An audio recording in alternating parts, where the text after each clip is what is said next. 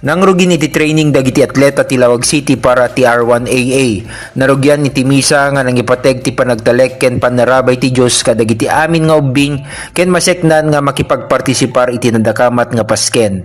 Naiwayat detoy iti Ilocos Norte National High School nga indalwan met ti School Divisions Office iti Lawag City.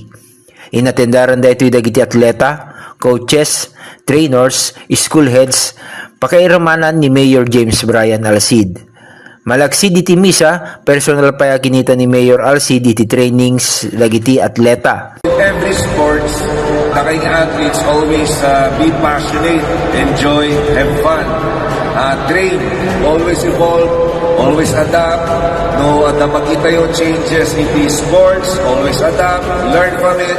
Kung nagkamali kayo, then improve on it and always train. The city government will always support the youth.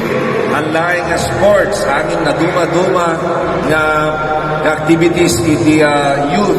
So kas magita yo, the city government nakatutok iti youth. I hope we will bring home the gold and we must bring home the gold for Lawag.